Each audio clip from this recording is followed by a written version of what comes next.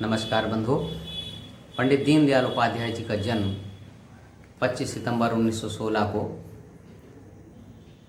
नगला चंद्रभान फरह ग्राम मथुरा जनपद उत्तर प्रदेश में हुआ था। प्रारंभिक जीवन बड़ा कष्टप्रद था और कष्ट इतना कि कोई संभाल ही नहीं सकता और देश समाज की बात करना और काम करना ये तो असंभव जैसा था। लेकिन फिर भी उन परिस्थितियों में पंडित दीनदयाल जी ने जो उदाहरण लोगों के सामने प्रस्तुत किया, वास्तव में हम सभी को कार्य करने की प्रेरणा देने में उनका ये जीवन बहुत ही मार्गदर्शन करता है और बहुत ही प्रेरणाप्रद है। विषम परिस्थितियों में जीवन यापन करते हुए वो मेधावी से मेधावी छात्रों के लिए आदर्शतम थे। हाई स्कूल, इंटर में, बोर्ड परीक्षाओं में उनका फर्स्ट क्लास फर्स्ट स्थान था। BSSD कॉलेज BA में भी उन्होंने प्रथम श्रेणी। MA इंग्लिश आगरा है तो वहाँ भी प्रथम श्रेणी। सेवा की भावना इतनी, ममेरी बहन की सेवा करते करते उन्होंने MA द्वितीय वर्ष में परीक्षा के बजाय बहन की सेवा करना ज़्यादा उपयुक्त समझा और वो परीक्षा नहीं दे पाए।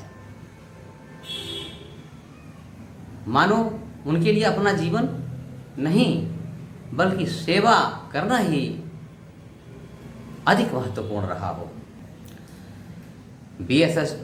BSSD कॉलेज कानपुर में BA करते समय संघ के संपर्क में आए।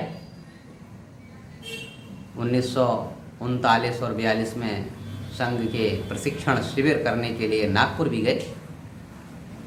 तय कर लिया कि हमको इस जीवन में राष्ट्रीय स्वयंसेवक संघ के अंतर्गत रहते हुए समाज की सेवा करनी है। 1942 में शीघ्र ही प्रचारक निकल गए। और प्रचारक कैसे?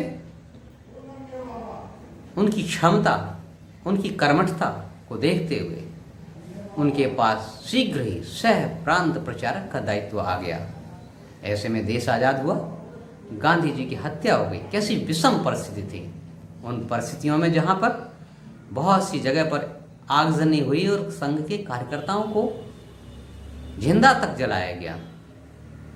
ऐसी परिस्थितियाँ थीं कि संघ के स्वयंसेवक आगे के 10 वर्षों तक किसी के संपर्क हेतु दरवाजे पर खड़े होने की हिम्मत नहीं कर सकते थे। बड़ी संख्या में प्रचारक तक वापस हो गए थे। ऐसी विषम परिस्थितियों में भी संघ का कार्य उन्होंने किया और सफलतापूर्वक किया। देश आज़ाद होते ही कांग्रेस ने भी अपने राजनीतिक क्षेत्र में दंड फंद और उठापटक की देशद्रोहितापूर्ण राजनीति को दिखाना चालू किया। कश्मीर की समस्या से दुखी होकर के पंडित श्यामा प्रसाद मुखर्जी ने कांग्रेस के कैबिनेट से इस्तीफा दे दिया। उन्होंने कहा कि देश की राजनीति करने के लिए एक नए संगठन की आवश्यकता है और इसलिए उन्होंने भारतीय जनसंघ की स्थापना करने का विचार दृढ़ कर लिया। और 1952 में भारतीय जनसंघ की स्थापना की। भारतीय जनसंघ के महामंत्री बने पंडित दीनदयाल उपाध्याय। पंडित दीनदयाल उपाध्याय के साथ में परम पूज्य श्री गुरु जी ने संघ के कुछ कार्यकर्ताओं को उनके साथ किया हुआ था। उनमें सुंदर सिंह भंडारी, नानाजी देशमुख और अटल बिहारी वाजपेयी ऐसे लोग थे। काम चल पड़ा। पहले चुनाव में ही 2 सीटें आ गई। लोकसभा की सीट जीतना कोई हंसी खेल नहीं, लेकिन अपनी उपस्थिति दर्ज करा दी लोकसभा में पहले चुनाव में ही। और धीरे धीरे काम बढ़ते बढ़ते 1667 तक महामंत्री ही रहे पंडित दीनदयाल उपाध्याय। राजनीति के क्षेत्र में भी काम करते करते उन्होंने अपनी प्रतिभा दिखाई। लगभग 35 MP 1967 में जीत करके आए। विपक्षी पार्टियों को एक करते हुए लेते हुए 1967 में कई प्रांतों में कांग्रेस हारी और संबित सरकारें भी बनी। कांग्रेस के छक्के छूटना चालू हो गए। उनको लगा कि देश आज़ादी के पश्चात राजनीति के क्षेत्र में नए दल उनको टक्कर देने के लिए उपस्थित हो रहे हैं। पंडित दीनदयाल उपाध्याय की प्रतिभा, महान विचारक, राजनीति में भी कार्य करने की क्षमता उन्होंने दिखा ही दी थी। अखबार भी निकाला, साप्ताहिक पांचजन और दैनिक स्वदेश। नाटककार भी थे, नाटक भी लिखा उन्होंने, चंद्रगुप्त मौर्य। कुछ पुस्तकें भी लिखी, आदि गुरु शंकराचार्य, सम्राट चंद्रगुप्त, भारत की अर्थनीति, अखंड भारत क्यों, इस प्रकार की कई पुस्तकों को उन्होंने लिखा। और सबसे महत्वपूर्ण कि भारत में, भारतीय जनमानस में, भारतीय जीवन शैली में ऐसा नहीं है कि यहाँ का दर्शन, कि कोई दर्शन ही ना हो। उसमें वाद का जमाना था। कोई कम्युनिज्म की प्रशंसा करता था, मार्क्सवाद, लेनिनवाद, समाजवाद, पूंजीवाद, कहते थे कि हिंदुस्तान में तो कोई वाद है ही नहीं। पंडित दीनदयाल उपाध्याय जी ने अपने सनातन, वैदिक, पुराने दर्शन को नए परिप्रेक्ष्य में, लोकतंत्रात्मक गणराज्य व्यवस्था के अनुकूल, ह्यूमनिज्म, इंटीग्रल ह्यूमनिज्म, एकात्म मानववाद का दर्शन प्रस्तुत किया, जो वास्तव में राजनीति को दिशा दिखाने वाला है।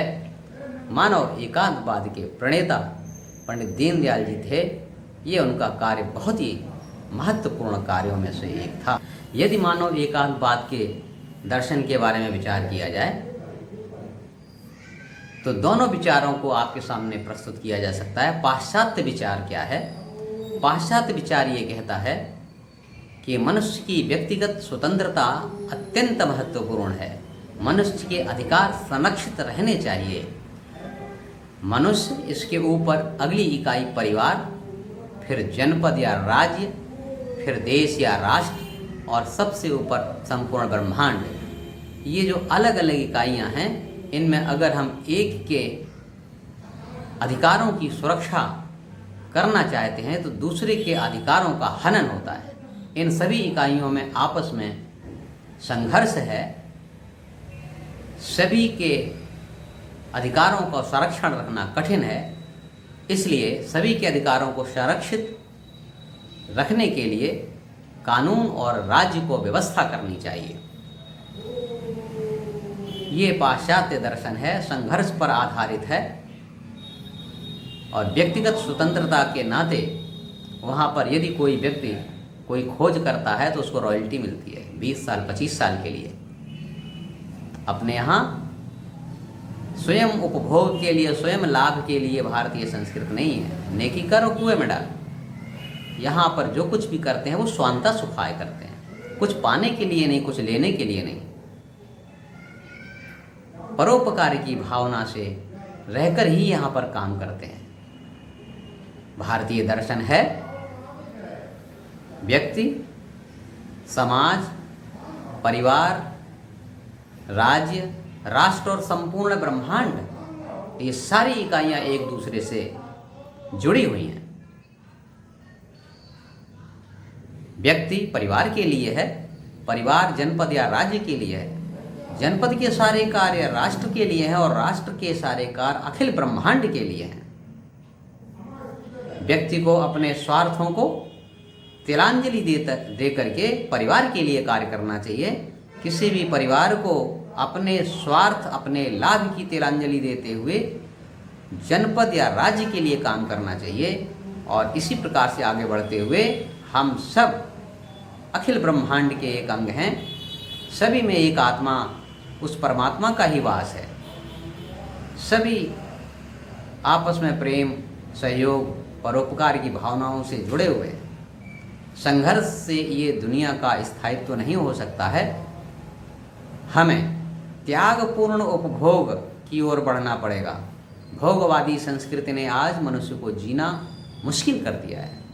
तो भारतीय संस्कृति, भारतीय दर्शन जो है, त्यागपूर्ण उपभोग, जितनी आवश्यकता है उतना उपभोग करिए, प्रकृति को संरक्षित करिए, पर्यावरण को बचाइए, संरक्षित करिए और सभी के कार्य, सभी की योग्यता उस अखिल ब्रह्मांड की सेवा के लिए हैं। पंडित दीनदयाल जी कहते थे, जो वंचित हैं, जो गरीब हैं, जो दुर्बल हैं, उनकी सेवा ही नारायण की सेवा है। दरिद्र नारायण की सेवा, दरिद्र नारायण शब्द प्रयोग किया करते थे। तो ये भारतीय संस्कृति है।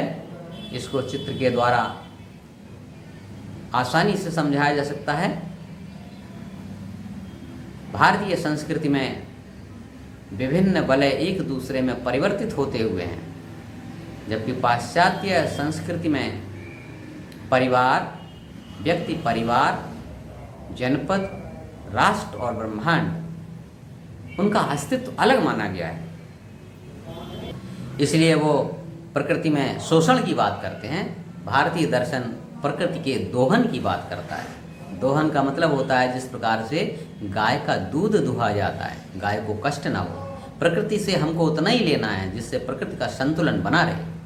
और आज सभी जगह ये दिखलाई पड़ रहा है कि इसके बिना कोई दूसरा रास्ता नहीं है, नहीं तो प्रकृति विध्वंस करेगी, मनुष्य को बचना मुश्किल होगा। आज के दिन पंडित दीनदयाल जी के विचार, पंडित दीनदयाल जी का जीवन हम लोगों के लिए अत्यंत प्रेरणादायी है। धन्यवाद।